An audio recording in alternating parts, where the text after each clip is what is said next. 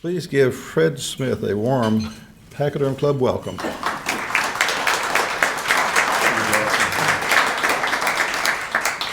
You people work your speakers pretty hard here in Wichita, I have to tell you.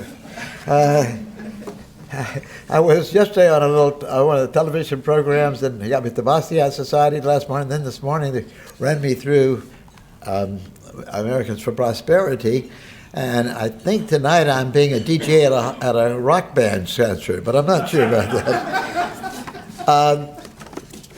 How did a Louisiana boy from a populous state end up in Washington trying to save capitalism? Well, started out in Louisiana. People, Louisiana, as you probably know, is a state that does not tolerate corruption. It insists upon it. So I was well prepared to come to Washington, D.C., but since I wasn't, that was during the integration segregation period, I wasn't a racist. So for a long time, I was really confused and thought I was a liberal. In fact, I turned out, got to Washington, I was damn near a knee-jerk liberal. And I was going to work in government and save the planet. I went to work at EPA. Every naive socialist ought to work in government. I don't know whether you've got any relatives or children who've got a little off, send them into government. Let them experience the administrative state face to face and see how long they stay that naive. A few years after I was at EPA, I decided I would burn the building down, and if I had to stay with it, we could sacrifice. I wouldn't mind. A friend of mine said, "Fred, you're way too harsh on EPA. You wouldn't want to swing a live axe in an organization like ours. I mean, you might cut live wood." And I said, "Well, I don't think so. I think you could swing an axe in DC and EPA for weeks and never hit live wood." But I wasn't for me. I had to find something else to do, and I decided, well, what did I actually, for the first time, what did I really believe in? What did I really want to defend? I sort of always thought I liked business in a way, but I didn't know much about it. I stumbled across a wonderful essay by Frederick Hayek called "The Role of Knowledge in Society." It blew me away. I came home and told my wife, "Fran, I now know." She says, "I know, I've known this a long time." About time you caught on. And I joined the Liberty Movement then. George Pearson was associated with had involvement with a group called the Council for a Competitive Economy, which was a very interesting idea of getting free market businessmen together to take stands publicly and to have a policy staff to help support them. The idea was a wonderful idea. It was a little before its time, and it went bankrupt, went under, discontinued. But I loved my job, and so I wanted to keep at it. I mean, I was in the Liberty Movement now for life. Where do I go next? Well, I looked around, and I thought I could take what I had been doing and create a program at one of the other groups, Heritage, the American Enterprise Institute, Cato. Went to all of them, and they thought it was sort of interesting, but not quite their cup of tea. But why don't you go out and do it on your own? So I went out and did it on my own. Not by choice necessarily, but all of a sudden I was finding myself to be an entrepreneur. And I had to ask for money, had to create an organization and so forth. Well, it worked out okay. The idea was good. I was getting some traction, but I was having problems. And about 6 months into it, I was sitting home gloomy, and I turned to my wife and I said, "Fran, I don't think we're going to be able to pull this off. I think I'm going to have to close down CI. It's not working." She says, "What do you mean?" I said, "Well, it's been 6 months and we haven't raised any money yet." I said, "Well," she said, "but you didn't, in your business plan, you didn't expect to raise any money in your first 6 months." I said, "I know, but now it's true." And I think every entrepreneur goes through that period of recognizing somewhere later on after starting, "Oh my God, I'm a risk taker. That wasn't what I thought I was doing. I thought this was going to be easy." But we worked out, and we made our budget that year eventually. And CI, some 30 years later, is about $8 million a year, about 45 staffers, and so on. Took a while to get there. It was a lot of work, and we did a lot of interesting things. We focused on regulation, which is, as many of you know, the most insidious, invisible, hard to account for tax on everything we do in our society. You can't start a business, close a business, introduce a new product, modify an old product without getting one or more governmental approvals.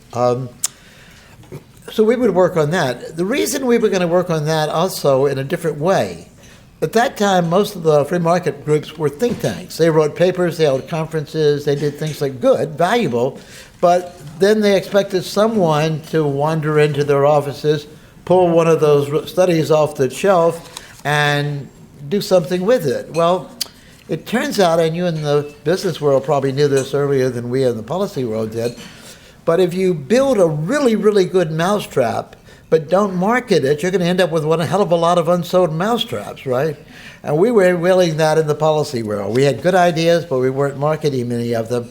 So CI would focus on communicating, media work, building groups of people who agreed, marketing and advocacy and so forth. And now every one of our groups does that. So we pioneered an approach that became a popular approach for most people. The one thing we did not do, though, is that we did not reach out to the business community in a systematic way. We worked tactically with the business group. In fact, CI became known as a battered business bureau. When industry had a problem, we understood. We could articulate that problem differently. We could write op-eds about it. We could work to present them. We could help them understand themselves what they were really doing that was good. I mean, businessmen do things. They don't have to have the theoretical understanding of why it's a good or a bad idea. Businessmen are doers. They don't have to understand what the geological formations are of the world. They just get oil, you know. And all of that stuff was very important to us. We did play a very important role, I think. And we began to understand more and more how insidious the regulatory state had become. One of our senior people at CEI, Wayne Cruz, has been doing now for the last almost 20 years an annual report called 10,000 Commandments. And 10,000 Commandments says what? That God was a piker. I mean, he only needed 10. But boy, our government can do a really great job with 10,000. And he also estimated the cost of that. Wayne estimates, complicated to do, but the total burden of regulation on the U.S. economy now is approaching $2 trillion, dwarfing taxes, dwarfing subsidies, dwarfing everything except the overall size of the U.S. economy. After 30 years, though, I decided that it was an interesting role, but I'd played that for long enough and had pretty much found a successor who was really going to be excellent at it. But I wanted to try another entrepreneurial venture, and that's really comes from the title of my talk today. Is it possible that the one thing we have not yet done in the free market movement, the one element of the force array needed to win the liberty battle, is that we still are fighting independent battles? The free market groups are fighting as policy types, their battles. The business groups fight their battles as analysts, as businessmen, and so on. And although both are important, the sum of the two is not as high as it could be if we were working together, energizing each other, helping each other, and playing alliances. Alliances are critical to success in any world. And the left has been using alliances for a long time. The term Baptist and bootlegger is a term that our movement now has coined to indicate the insidious evil links between groups like unions and the environmental movement, between consumerist groups and the trial lawyers and so forth. They do things we don't have to admire you don't have to admire the tactics used by the left to realize that they've been all too effective. America has seen the growth of government steadily throughout my life and throughout the life even of some of the older people. It starts way back in the 1900s, and ever since then, government has been increasing. It's been increasing from, about 5% in 1890, probably, maybe 1900, 5%, to 50% today? An incredibly increase in the size of government. And incidentally, it's not just America. It's also Europe and other socialized parts of the world. Why did we go from a society where capitalism worked to a society where capitalism is under attack? Maybe I'll show that video now, if we can do it now. Yeah. I'm going to show you what are we fighting about and why are we involved in this issue. I think we all know capitalism has been able to achieve amazing things, but we may not understand just how amazing what capitalism has achieved because we've been in it for so long and it's done so much.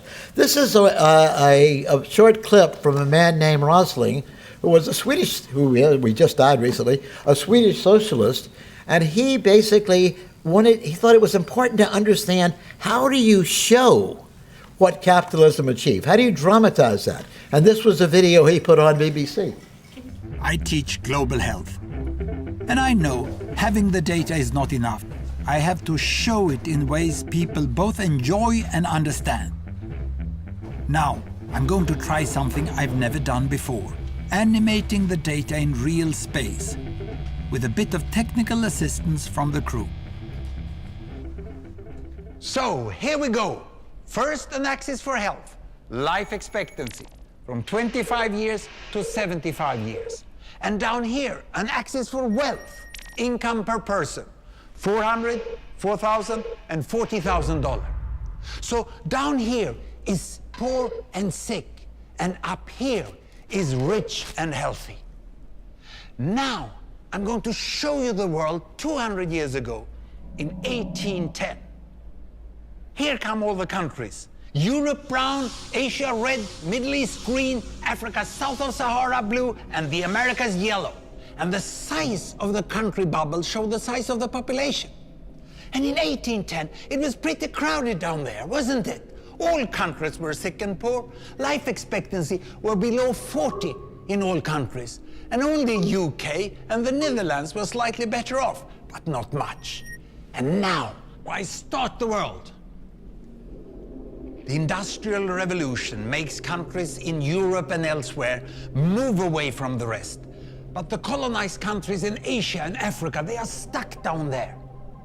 And eventually, the Western countries get healthier and healthier. And now we slow down to show the impact of the First World War and the Spanish flu epidemic. What a catastrophe!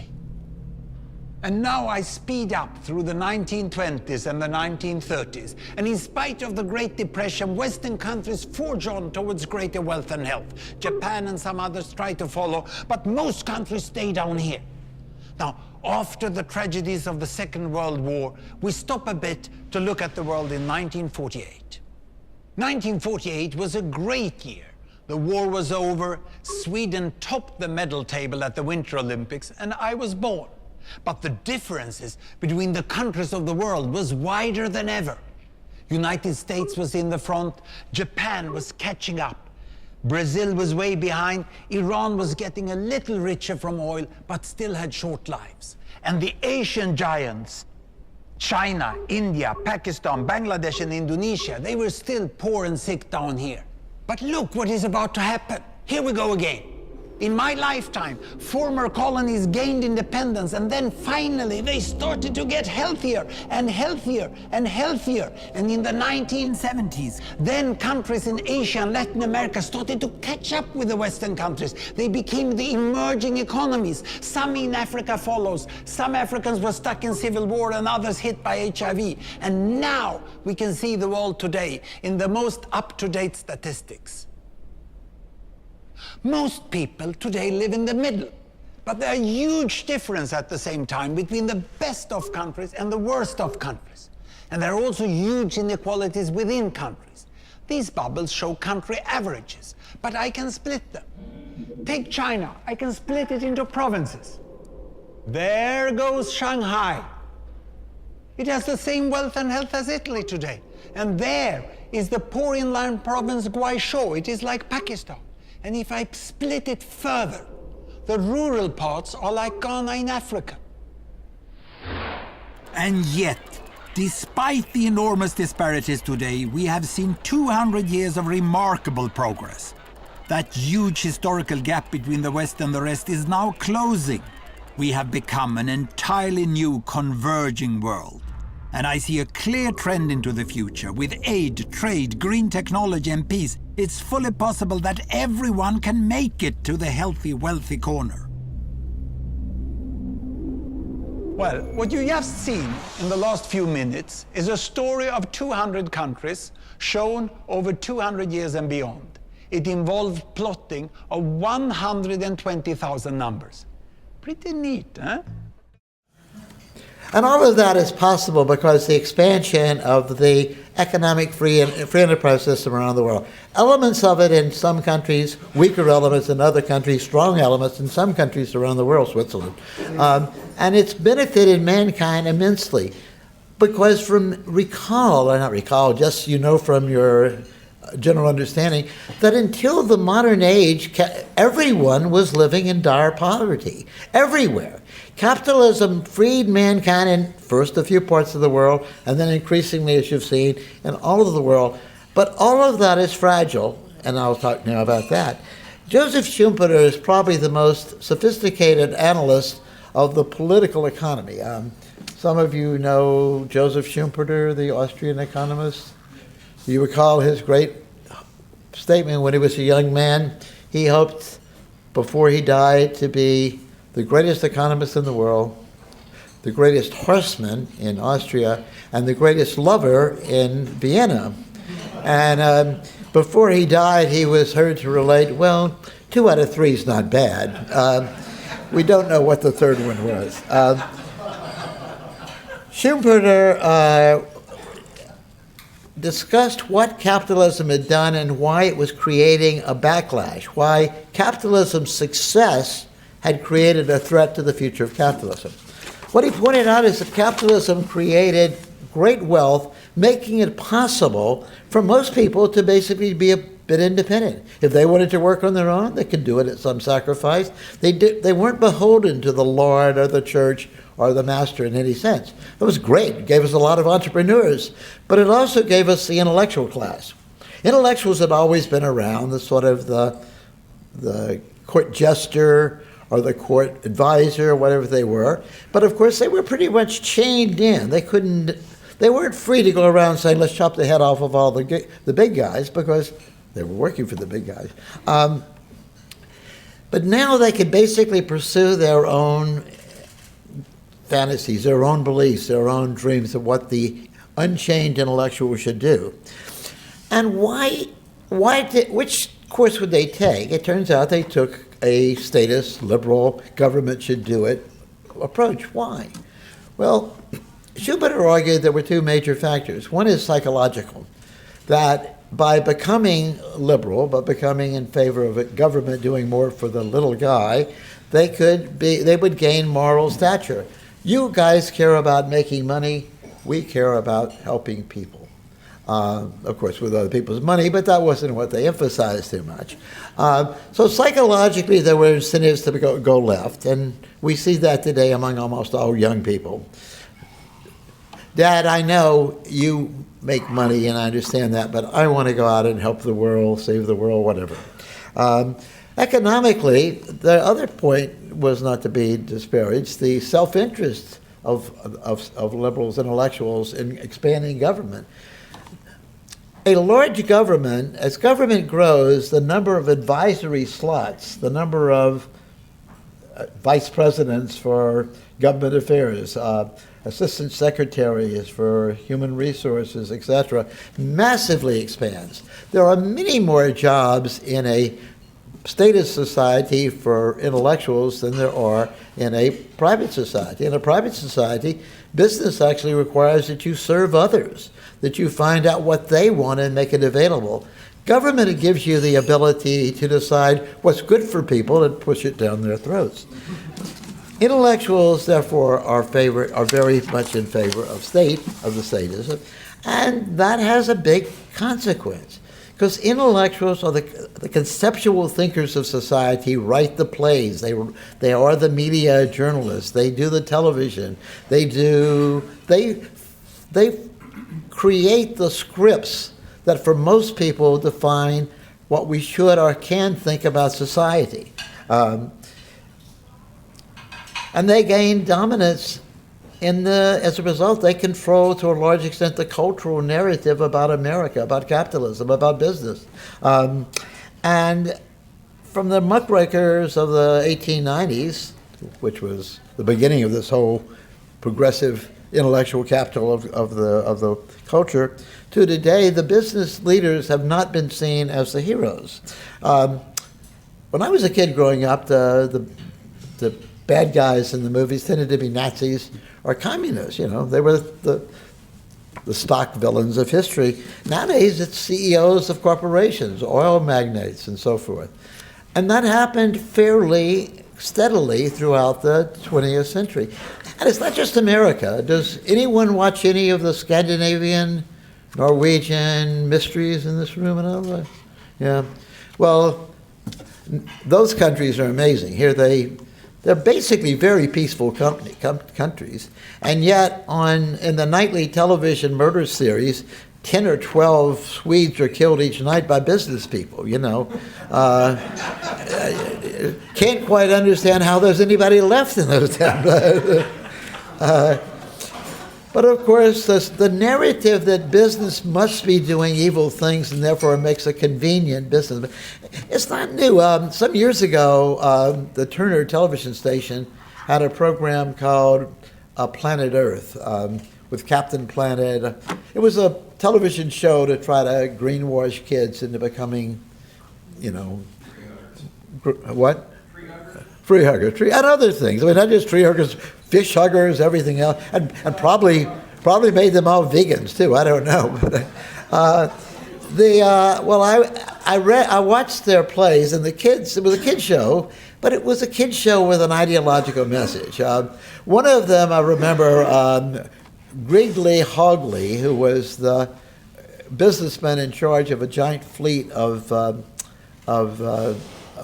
fishing trawlers. Had gained monopoly control of all the fishing fleets in the world. And he was going to use them, line them up in Antarctica, and have them go steadily all the way up to the North Pole, taking every fish that existed in the ocean for greed, of course. Of course, the fact that his capital asset now would be useless might have occurred to somebody in the business world, but not in Hollywood, or not in Atlanta. I decided to go visit Barbara. She was the producer, and I went to see her, and I said, she says, what are you? I said, well, I just wanted to talk to you about your program. She said, what's your gripe? I said, well, you always make the villain a business person. She said, well, you need villains in stories. I said, I know you need stories, but villains, but why does it always have to be a business person? She said, well, who else could it be? I said, well, it could be a government official. She said, I never thought of that. It's not just the conscious bias of the left, it's the real bias of the left. But why wasn't business responding to all of these attacks? I mean, business was seeing more and more regulations, more and more attacks, more and more taxation and so forth. Well, partly it's fear. Businessmen fear retaliation. If you stick your head out, the tall poppy syndrome, you can get it chopped off. Businessmen legitimately are concerned about being too outspoken in a world where regulators can do great damage to them just by putting their application on the bottom of the pile and so forth. Also, though, Schumpeter thought the more important one is that business, this continuous cultural assault on business, had led to, in a sense, a demoralization of business. Businessmen themselves were beginning to doubt the legitimacy of their occasion, doubt the faith that they were in an honorable profession. And all of us know, if you don't respect yourself, nobody else is going to respect you either. And so businessmen, by difficulty of articulating a narrative, a story, a position that led them to be proud of themselves, actually were beginning to retreat even more than the political threats implied they maybe should. Steve Klinsky, none of you know, but he's a private equity guy in New York. He was giving a talk at the Manhattan Institute, and he was interested. He says, why are we treated so badly? Why do we have so much trouble explaining ourselves? Why are we the bad guys and so on? He said, it's not just outside, it's in our own families. He said, I'm a private equity guy. I buy up firms, I restructure them, I put them back on their feet again. he said, I believe, and I can document, that in my operations over the last decade, I have, in a sense, yes, there's been some restructuring, but overall employment has been preserved in these industries. We've actually become profitable again. They're more sustainable than they were without my management and capital infusion. And I'm the bad guy? He said, but let me tell you, I was driving with my kid, 12-year-old kid of his, and he said he'd just seen Wall Street, Wolf of Wall Street, or one of the movies. He said, and he turned to me and he said, Dad, I've seen the movie, I now know what you do for a living. And his father said, well, that's good. What is it? He said, you buy up companies and you fire everybody, And, what is a father, if his father can't even explain to his son? He did, I'm sure, after this. Or he cut his allowance off, I hope. But anyway, it's very important to realize how the poisoning of our culture against business, what the effect of that has been.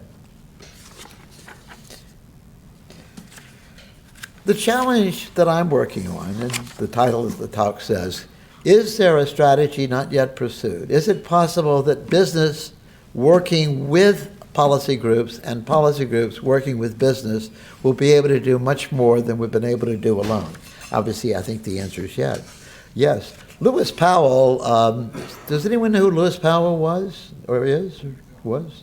Supreme Court, Associate Justice of the U.S. Supreme Court. Right, he was. And he became a Supreme Court Justice in 1972. But 2 months before he became a Supreme Court Justice, he was a senior lawyer at a law firm in Richmond, Virginia. He was asked by a person at the National Chamber of Commerce to provide his notes on why business was subject to such attack and what might be done, how business should respond. It was called the Powell Memorandum. It was circulated widely at the Chamber and then throughout the business community. Copies are available, and we'd love to make it. You all should read it if you're concerned about this issue. Easy to see in the URL. Just look up the Powell Memorandum. Skip over the 25 ones, which say this was, by the left, saying this was an attempt by business to do evil things like assert their legitimacy.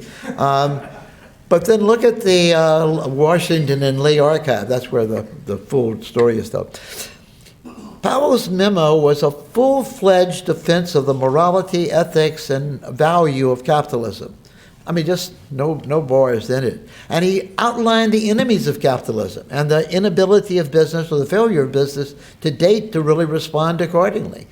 Business needed to look at the educational system. They needed to look at the political process. They needed to look at the media. They needed to develop spokespeople who could articulate in public why business is an honorable profession and they are proud to be part of that.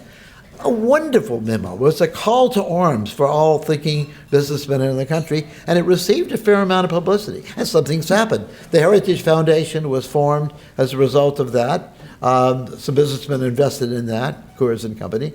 It was the chamber itself became more aggressive. It formed a litigation group, which has been very influential in a number of cases. It formed its own internal think tank, and it stimulated a lot of thinking that I think led to some of the other free market think tanks that emerged very shortly in the early 70s. But then he became a Supreme Court Justice, and as you know, Supreme Court Justices are supposed to stay out of politics. Could have confused me looking at what they've been doing for the last 20 years. But anyway, they're supposed to stay out of politics. And so he was silent since nothing happened. One of our staff is sort of a historian of the legal system. I said, would it have been better? I mean, did Powell do so much on the Supreme Court that it was worth the sacrifice of a brilliant business leader? And his response was no. He was sort of a mediocre Supreme Court justice who didn't do much one way or the other. Powell, though, being neutralized, no one took up the banner. No one else picked it up and ran it. That's I think one of the great tragedies. 1972. You read that memo today, and it's exactly timely now. But Powell did not mention the need to reach out to the policy community. He did reach out in several reasons. One is there was no policy community in 1972. Heritage wasn't around, Cato wasn't around, AEI was there, but it was in a totally different academic way. The free market movement was just beginning to emerge at that point, and so the idea of creating an alliance was not really a very important one for Powell. But it's changed a lot now.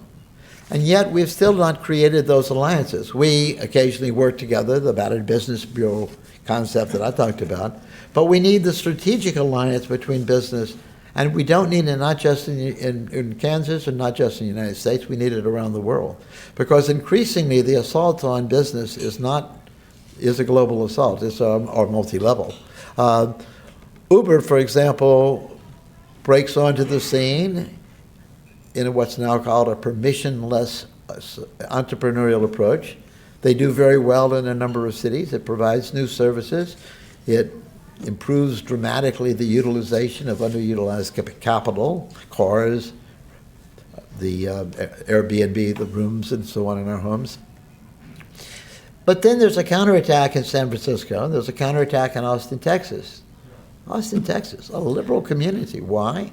Because it hurts the unions. How do we know the wage scale is adequate? How do we know? The people volunteer for it, but they're not smart enough.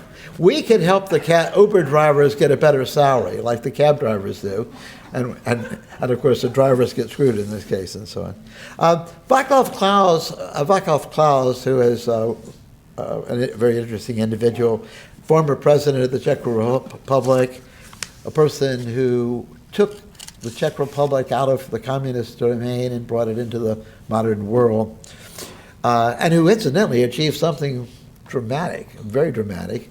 He took the Czechoslovakian society, who didn't get along very well, and peacefully worked to separate it into the Czech Republic and the Slovakian Republic. There are many cases where nation states have divided in two peacefully. As I told you, I'm from Louisiana. We didn't make it with our approach back in the... So anyway, he gave a talk at the Mont Pelerin Society back in 2012 where he said, his final remark, we are not on the winning side. And that's sort of surprising because here's a country that came out from communism. So a tremendous liberalization. But what he meant was, what he said in his speech, was that the ending of the Soviet Union, the elimination of the Iron Curtain, was a wonderful achievement. But it also removed the realism test of there was a physical enemy. With communism gone, all of the fantasies, all the utopian dreams, hopes of the intellectual community were unleashed. There was no longer a check on a reality check. And so now they could achieve a universal basic income. They could enact the climate treaty with absolutely no effect on energy use around the world, et cetera, et cetera.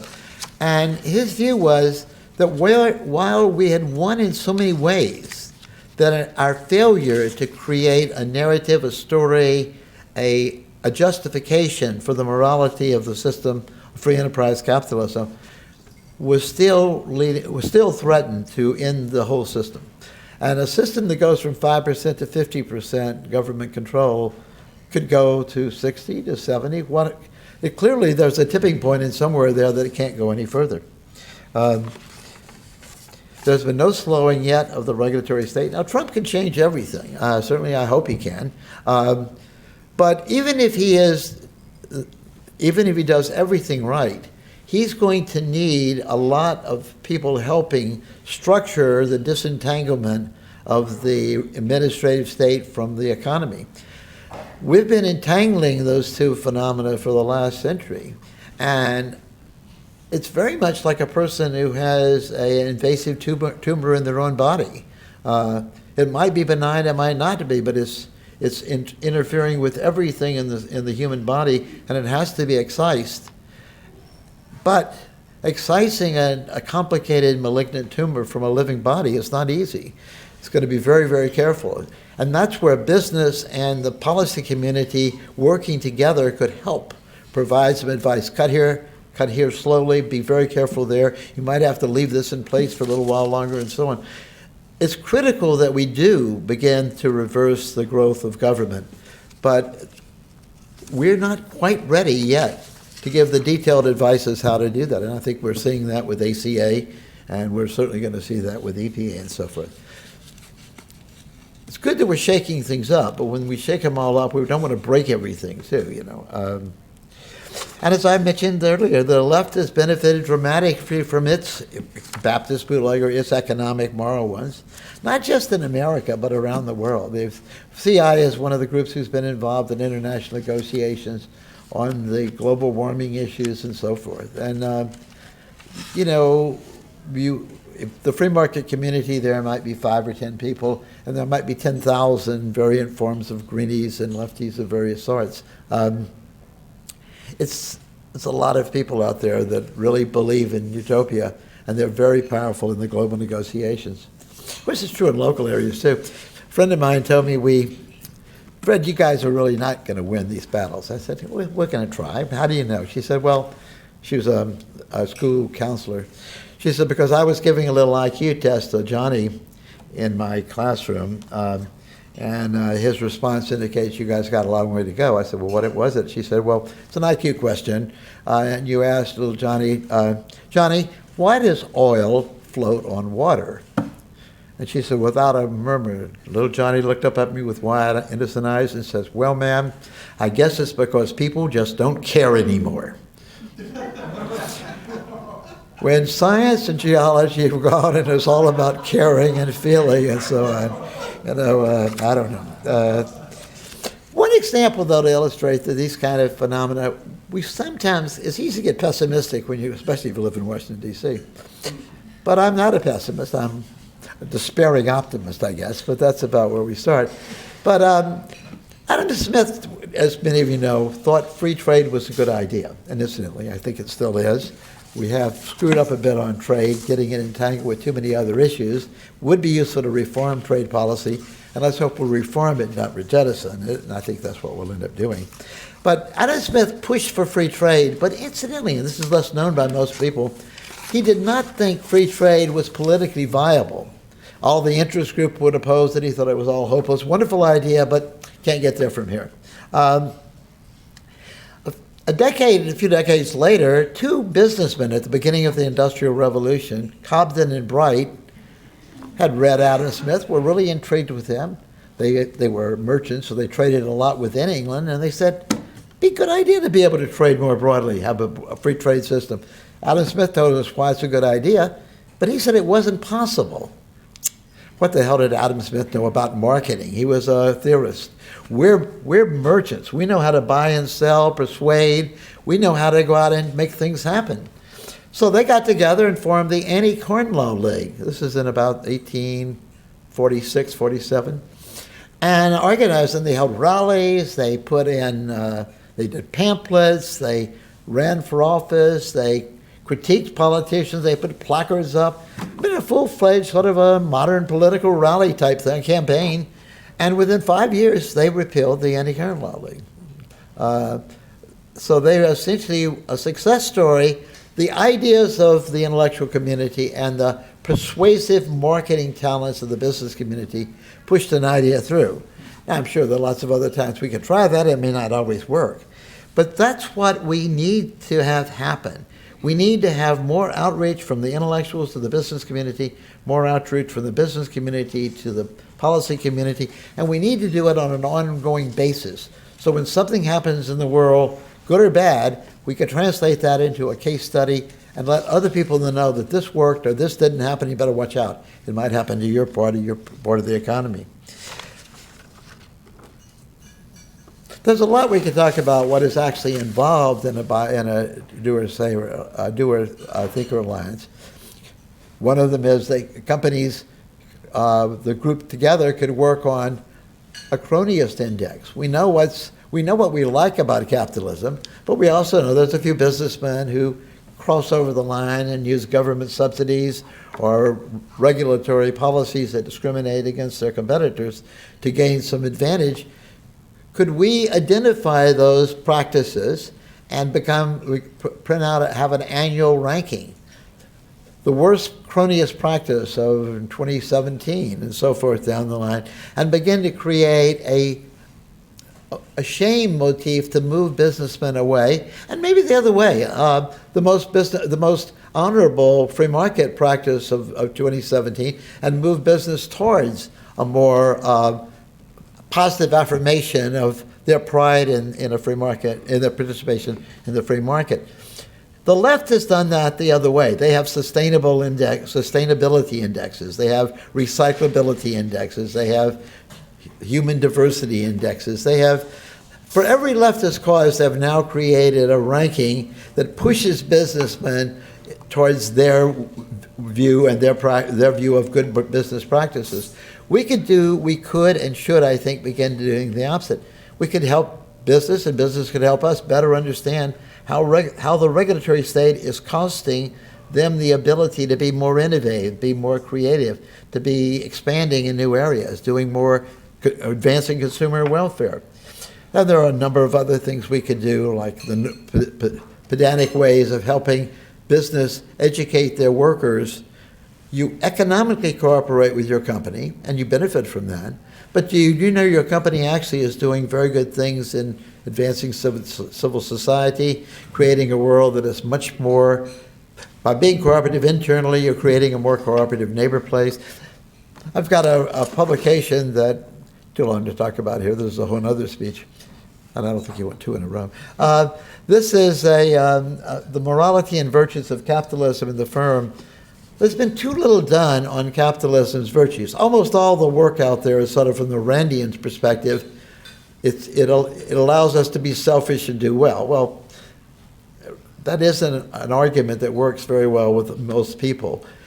Capitalism has to be seen as a virtuous activity, advancing the welfare of others, not just economically, but in terms of cooperative behavior, empathy, and so forth. It does. And I make an argument, I hope, persuasive in here, although any of you really have philosophical types, I'd love to get some critical reviews of this, because I'm going to rewrite it. And to do that, I should need some more criticism. But look, there's a lot to say about capitalism. You heard a video. You all are living in a capitalist society, and virtually everything we do, from Ziploc bags to handle the half-cut tomato and save it overnight, to the automobiles that now self-drive as we get older, and keep myself and my wife from bumping each other when we drive each other too close. Capitalism has done amazing things. If it were anything other than something we've taken for granted, it would be a miracle. But it is not a miracle. It's a reality, but it's a fragile reality. And if it's going to project into the future, if it's going to help the other billions who are not yet out of poverty, it's going to have to receive a much better defense than it has to date. And I hope that those of you who are interested in this process would consider joining a Thinker-Doer Alliance to help that happen. And if not, at least give understanding to those who are in that process. So thank you all.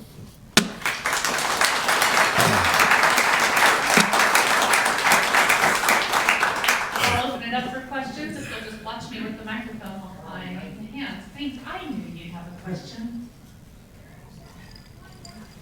I enjoyed very much your presentation this afternoon, and thank you for the pen.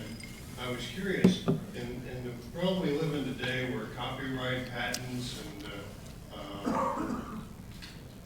Trademarks. Litigation over ownership is quite challenging. Has Coca-Cola Company contacted you concerning these things? Well, that's a good question. The answer is no, they have not. And actually, intellectual property law is a little vaguer in this area. Generally, you cannot use a trademark for commercial purposes. And I'll assure you, CI has no soft drinks on its shelves right now. The other thing is, political use of trademarks is much more permissible.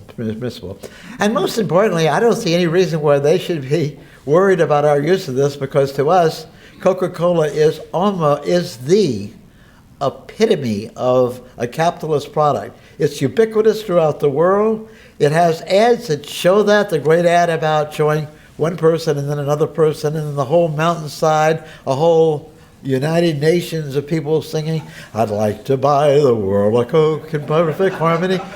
Nothing has done more to capture how the romanticism of capitalism can do than Coca-Cola. Now, does that mean they're capitalists willing to defend capitalists? Probably not. But at least it illustrates that there's nothing shameful about the use of this, and they should be proud of us using this. So. Question over here. Yes, in 2016, I had the opportunity to travel to the Ukraine Ukraine on 3 different trips. And just looking at that country with such potential, coming out of the umbrella of communism and really going through some very difficult times right now. Would you have any comments about the Ukraine, the economy there, and for the other countries that have come out from under communism and are still, stumbling, and they like the concept of capitalism? They're all of them in their heart. They're real capitalists in their heart. They want to make a deal with you. But would you have any comment or suggestion for those countries that are no longer communism and are stumbling through the first parts of capitalism? Well, excellent. That's a good example because it gets back to the Czech Republic, too. Some countries had leaders to help guide them into markets. From a centrally planned economy creates no framework to handle the market at all. So you have to sort of reinvent everything. You have to invent property rights, you have to have enforceable contracts, you have to have a culture that recognizes that win-win arrangements are viable. You don't get any of that in a centrally planned economy.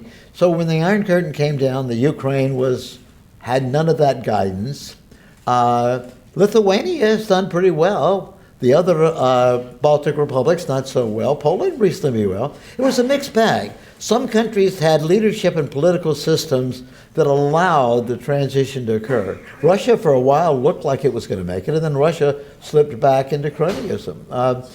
Cronyism, and that's why I think we do need an index of cronyism. There is a cronyism index for nation states, and I'm sure that, I haven't looked, but I'm sure Ukraine writes very badly. And the United and the World Bank and other places do keep track of essentially cronyism indexes for nation states, and those do put nation states on warning that you're not likely to have economic growth as long as you have widespread corruption, political favoritism of one industries over the other, undue government management of capital flows, and so on. So you can't save a nation state outside itself. They've got to do it themselves. And the Ukraine, one hopes, will come to realize that and do something about it. Having a foreign neighbor like Russia doesn't help, but that's... Right, well, one that's going to take over any time and keeping all the investment out, because nobody wants to invest there because they don't know where Russia's going to draw their line. Well, they don't, but people do invest in Russia. They do invest in the Ukraine, and the job is not to make it all another thing, is to make it more... You can only make it better by stabilizing your economy. And the Ukrainian government, I was involved at one time with an advisory role there, and I'm sure you totally failed. They've brought a lot of this problem on themselves. No doubt. Yeah. Okay, next question back here. Hi, Fred. Once again, I want to salute your work and that of your great colleagues like Myron, Wayne Cruz, and Arthur Smith, and you, of course. And I would say that to me, an enterprise and capitalism in general are the noblest and most moral human activity.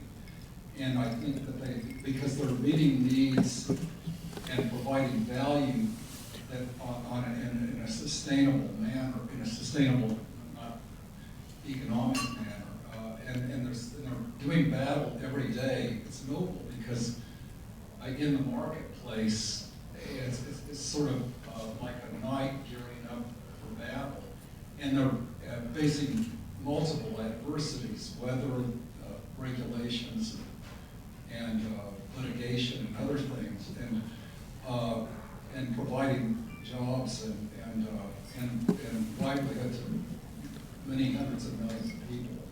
That's far nobler than any other human activity, even in the nonprofit sector to some extent. Because you couldn't have a nonprofit sector that is a charitable sector without an antecedent enterprise. I should only say thanks for the compliment, but it is important that while we defend wealth, that wealth continue to be created, and that's the most. In many ways, capitalists are wonderful because they do create wealth in the face of such adversity, and our job is to hopefully reduce that adversity and make it possible for that wonderful activity to continue. So. Right here. Yep, thanks for coming and sharing that. And you kind of make a good case for deregulation or rolling back government involvement in business. Are there any case studies or times, periods where we've been able to be successful doing that and really work well? Or There are damn few. The one I mentioned of the Anti-Corn Law League is one of the most successful stories out there. It has not been adequately documented. As IAA in England has got data on it, but nobody's ever gone. We've not been very good historians on our side. But yes, that's a good case study, and it's a wonderful one. The railroad story is a good one. The American railroads were the first sector of American industry regulated. They were regulated under all the theories of monopoly and adverse. Everything big was scary at the time. Nobody knew anything about the modern economy, and so railroads were bad, so they got regulated. Remember, they were creatively destructive. They were disrupting the normal way. You're a cow town. At one time, you herded your cows to the nearest shop, and then they were butchered there, and then the carcasses were carried on. And so when refrigeration and railroads came along, the whole distribution pattern for meat changed dramatically. Some towns lost, some towns gained, and so forth down the line. And everybody assumed that was somehow wrong.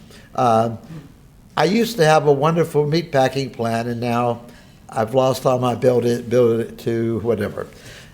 Of course, the point was that local meat packing was probably utilizing 70% of the carcass, whereas the big packing plant was using, everything but the squeal, type thing. But anyway, it didn't matter. The railroads got regulated. The agrarians didn't like them. The populists didn't like them. The progressives took advantage of that things. And so the railroads had pricing freedom taken away, management freedom taken away, were unionized heavily. And that continued. For a while, the railroads captured the power structure. They sort of got their way with the regulators. But then other groups, shippers mostly, took over the power structure, and so they used that to keep rates lower than normal. And so the railroads essentially had a 100-year going out of business sale. They couldn't innovate. There were a whole bunch of innovations blocked by this thing. Anyway, in the 1970s, late 60s, 70s, they were this close to bankruptcy. European railroads had almost all been nationalized. But in America, they still had just enough life. They said, well, we could be nationalized, but nobody thought that was a good idea. We had nationalized the Northeastern railroads, Conrail, and that had been a pretty disastrous situation. Despite what you hear, the government doesn't necessarily make the trains run on time. Okay, but then they decided, and it's almost heroic, let's try freedom. Let's try flexibility. They deregulated the railroads quite substantially, and they became economically viable and actually profitable again. Without government aid. That's, anyway, but there aren't many. The airlines were partial. The banks were even more partial. There have been very few successful examples of rollbacks in the state. There's been local government ones and so on. We need, again, the reason for an alliance is to better document those stories, because one thing in war that is useful is having some example of battles that have been won. And in this war, there are damn few battles we can point out to be won. You mentioned the Lewis Powell movement that dates back to the 1970s. Yeah. Do you see anyone stepping forward to take the mantle and carry this movement forward?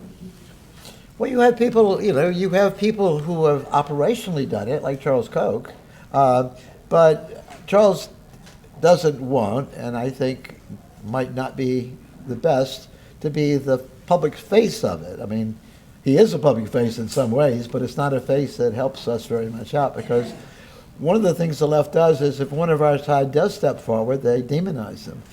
So it wasn't easy to be a spokesperson in '72. I think it's harder to be a business spokesperson in that sense now. There are some who could do it. I mean, Fred Smith, the other Fred Smith could do it, maybe. Bill Gates could do it if he hadn't done it, gone to the dark side of the forest. I don't know. I don't know. Yes, it would be wonderful if one of them did step forward, and we could sure as hell use one.